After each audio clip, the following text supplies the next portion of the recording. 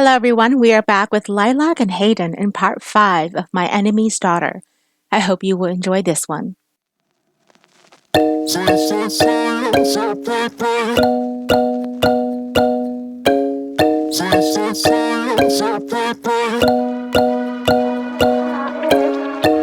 eyes, strobe lights moving across the walls. You're looking like a movie star, but I don't know just what you are. Seems like your type to be on the floor. You're looking for a kind of queen, the baddest one you've ever seen. You're shining bright as crystal, moving like a twister. Ooh, I'm swaying to the hits, boy, loving every. The fire was cackling in the chamber of Hayden's as Lilac entered. 2 servants were standing there waiting for her with a bath of warm water and littered with roses. She stared from one to the other, and neither of them spoke. She heard the door behind her close, and she turned around to find Hayden walking in. His eyes were a misty, seductive dark as the 2 servants bowed and left the room. "What is this?" she asked. "You agreed to be my queen, did you not? On the morrow is our wedding where all of Silion will get to greet you as a new queen. I shall hope that you will be warmly bathed and wake up as the most beautiful woman on earth," he said. She blushed, and then she looked away. "I fear that I have no experience in the art of waking up as the most beautiful woman on earth." He stepped forward, his eyes never leaving hers, and then he extended a hand. "I suppose not when you are with the wrong man, but when you are with the one who sees the light in you, being beautiful is quite easy." She didn't take his hand. "I promise I won't bite you. It is not as if your hands have not touched the lower part of my body yet." Again, she blushed and shot her eyes up at him. "If we are to be husband and wife, might I ask a favor?" "Go on." She cleared her throat and held her head high. "I request that you no longer bring up the topic of me trying to steal a child from you. It was my mistake, yes, and I am sorry for trying to do so. I am an honest woman and have been untouched. I promise that from here on out, when wed to you, I shall remain faithfully yours." Hayden's eyes raised in questions, and then he laughed. "You are quite entertaining tonight, woman. I wasn't here to ask you to give me your maidenhood, although the thought is quite warming. I was here to ask you to remain in my chambers as a message that you are now simply queen of the manor." Lilac wanted to hide. Why did she think he was after her body? She opened her mouth to speak, but then closed it suddenly. He laughed again and she shrugged. I misunderstood you." "Obviously," he replied. "Do not fret, Lilac. Enjoy your bath. Soak however long you like. The servants will be with you as soon as I leave." "Wait," she said suddenly. "You said I was to sleep here. Where would you sleep?" Hayden smiled and replied, "Why, right beside you, of course. Do you have a problem with that?" She laughed. Do I have a problem with that? Of course I do." "Didn't your mother tell you what is expected of a wife in bed?" Opening and closing her mouth, she smirked and shrugged. "Sure, of course she did, but I can refuse, can't I?" He walked to her and reached out a hand to gently caress her arm. She blushed and he smiled. "I forget how innocent you are, Lilac. Perhaps it isn't that you don't want me in bed. Perhaps it is because you may not trust yourself once I join you." Rolling her eyes, Lilac whispered, "I doubt it." He raised his eyebrows. "Is that a threat?" The halls were full of joyous music as Hayden watched the servants moved about, decorating the walls with golden sheets in recognition of the crowning of their new queen. He saw the look of pain in Lilac's eyes when Brack turned her away, and then when Silion was blamed for the death of the Duke. She began to realize the awful truth. The small gasp from a servant beside him caught his attention, and he turned as Lilac came walking down the stairs wearing a golden gown with her hair piled up on her head, her face glowing with a beauty that sucked his breath away. Hayden felt his heart stop beating for a second before he caught on to breathe again. Their eyes met across the room, and he walked to her, extending his hand. She hesitated a moment before she took it and walked to him. "You look lovely," he said honestly. "All of Silion envies me." She blushed. "Thank you. Now that I should take on your name, how should I address you? Do you prefer your Majesty or my lord?" Smiling, he replied, "When it comes from your lips, I prefer Hayden." Giving a smile, she replied, "Hayden it is. I remain as ever your Lilac." "That is all I need." He took her hand gently and wrapped it around his arm. The two of them walked forward out to the balcony where the villagers had gathered together and watched as their faces lit up in awe. He turned to find her eyes tearing up, and he touched her hand. "Are you all right?" he asked. Without looking at him, she replied, "The people of Silion have accepted me as their own, and yet Zion couldn't.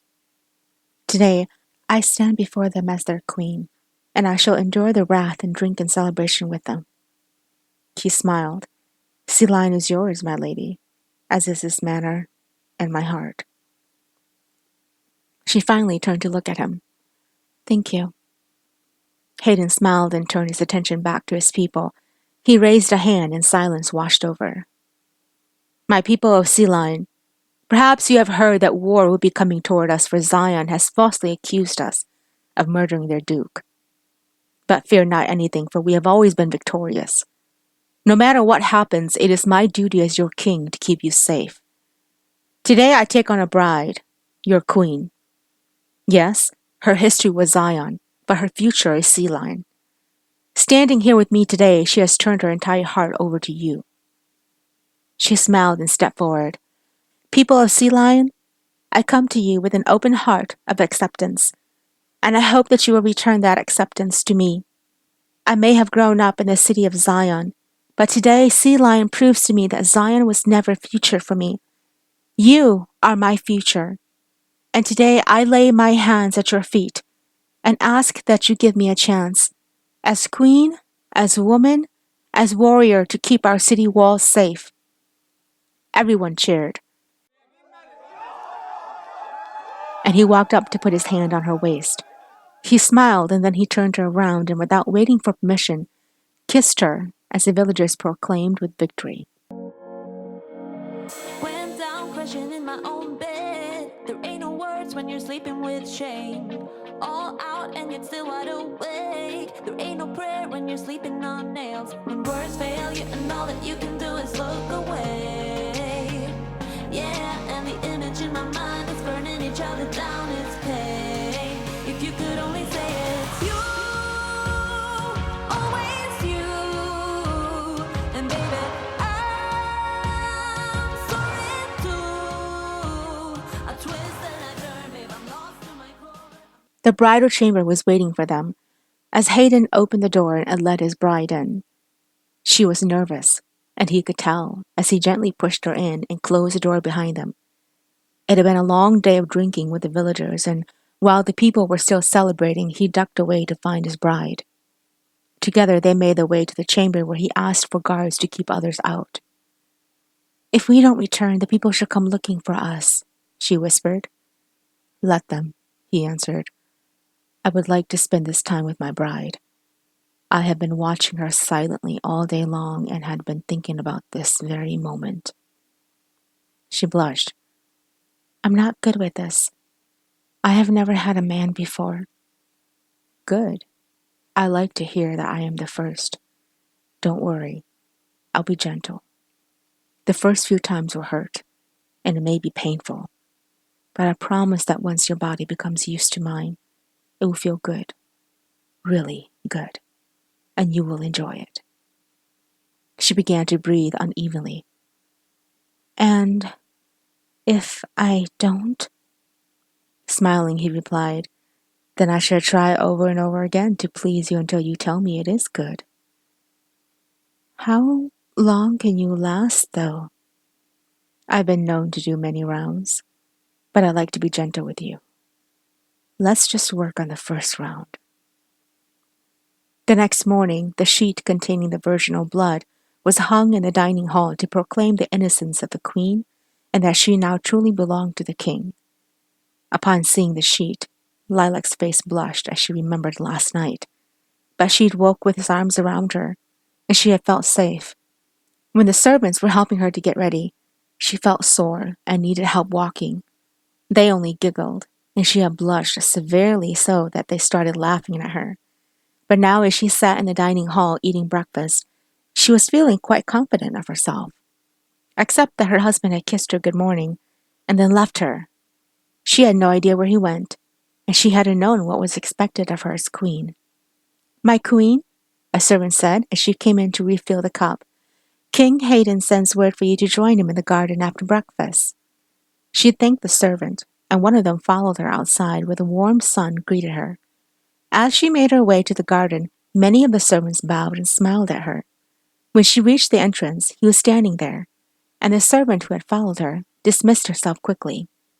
He turned and extended a hand to her. "Come here," he whispered. She did, and he took her hand, pulling her into his arms. "I have some news." She pulled away and looked up into his eyes. "What news?" "Your parents." Her heart sank. "Tell me." He swallowed hard, and he replied, "Brack has them stationed in the dungeon until they win the war against Silion. Your father has been whipped and is currently suffering a fever." "Your mother?" "Your mother was ravaged by the guards." Lilac screamed and tried to back from his hold, but he pulled her into his arms. She shut her eyes and began to sob. Her heart broke with every breath she took, and she pulled away, her hands shaking. "Hayden, you have to do something about this," she cried. "Worry not, my dear, I am on it. But you cannot come with me." "Of course I am." "No," he said sternly. "If you are by my side, I shall not think clearly. Save me the peace and stay here behind Silion walls where I know you are safe. I promise I will return with your parents." "How could they be so ruthless? How could they do this to them?" she sobbed. "After all they have given to the city of Zion, and they have been tortured like animals." She looked up at him. "If you force me to stay behind, I promise you that I will follow you." He let out a deep breath. "Do not make this hard on me, Lilac." "Then don't make it hard on me.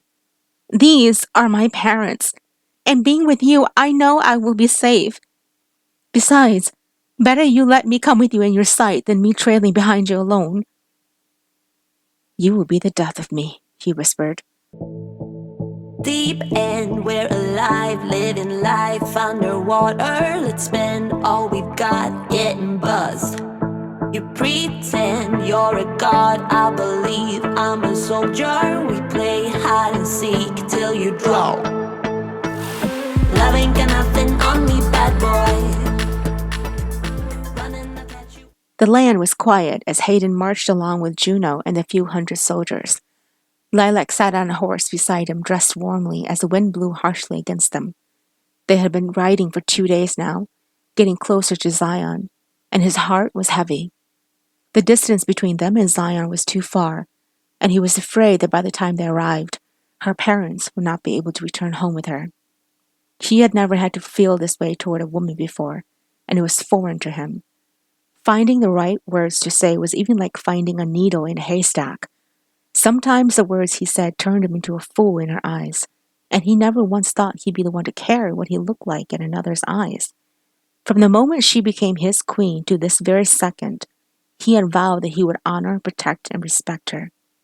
The very breath she breathed was like the beat to his heart, and making sure she was safe became his number one priority. But that didn't mean he could protect her from everything.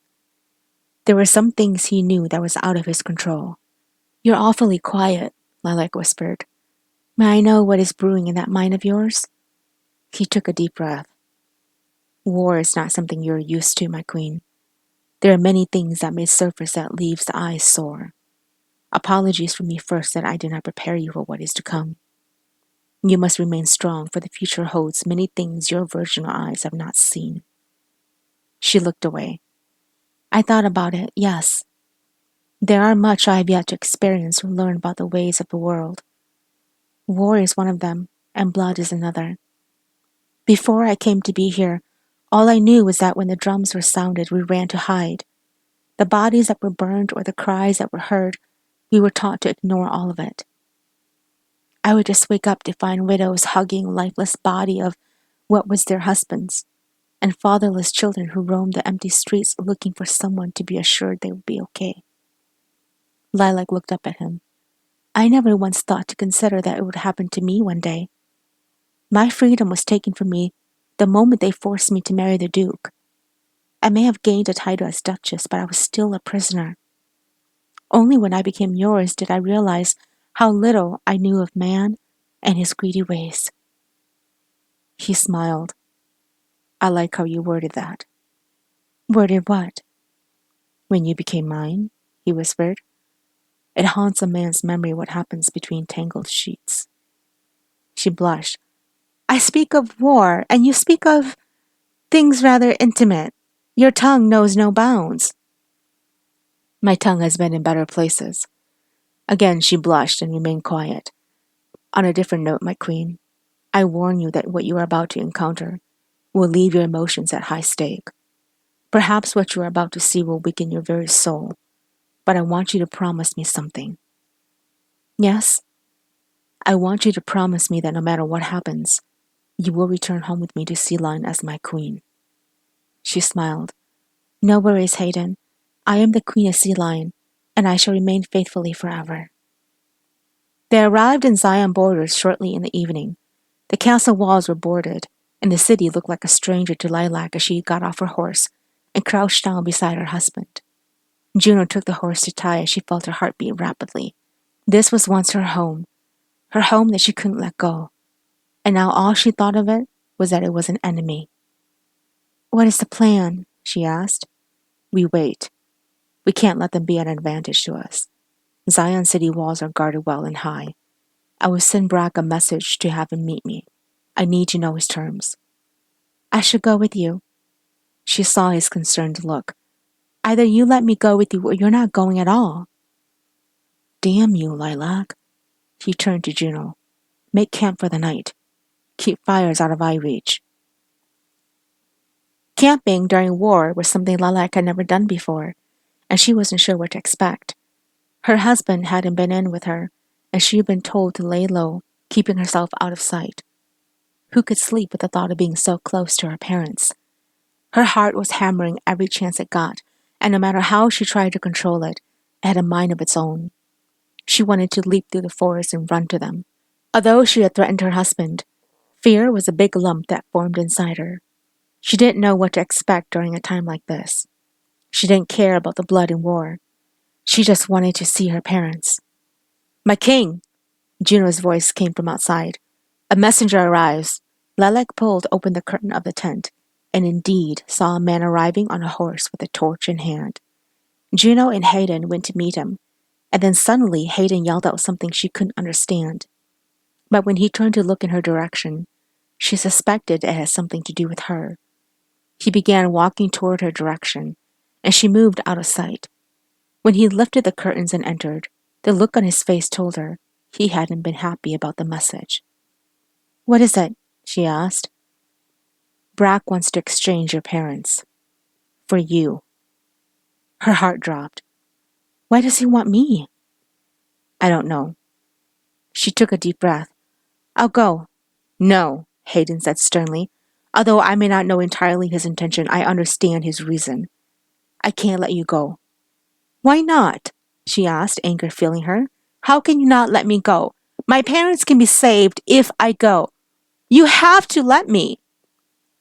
No. Hayden, she cried as she stood. He took her hands. I don't even know if your parents are still breathing. This stopped her. She hadn't thought of that. From the day we received the message to today, it's been more than just a couple days in between. A lot can happen, and it can be a trick to get you inside his castle walls. If I am out here, I will lose my mind with what he would do to you. I don't trust him, and I can't guarantee you that once in there you will find your parents alive. Tears filled her eyes. You've known, haven't you? The thought crossed my mind a long time ago, yes. She sobbed. Why didn't you tell me? How could I tell you? I have no words to explain that would make it easier for you to understand. This feeling I have may be wrong, but in my time of war, it is never wrong. She felt her strength leave her, and she fell into his arms. He caught her and held her. I have to go, Hayden. If this is the only way, I have to. I cannot just leave them be. I promise that I will return to you while you promise me that you will come fight for me. He pulled away and looked at her with gentle eyes. I will never give you up. Here. He put a dagger inside the cummerbund of her dress. Use this, and make sure when you do, you end life. I will be here, waiting when to strike. Lilac pulled him to her and gave him a long, deep kiss as he took her hand and led her out to where the messenger was waiting. I will go see Brack, Lilac said. I will go alone. But I need your word that you will not harm anyone here, otherwise I will slit your throat. The messenger smiled and nodded. It is done. Thank you for tuning in. Chapter 6 will be uploaded shortly.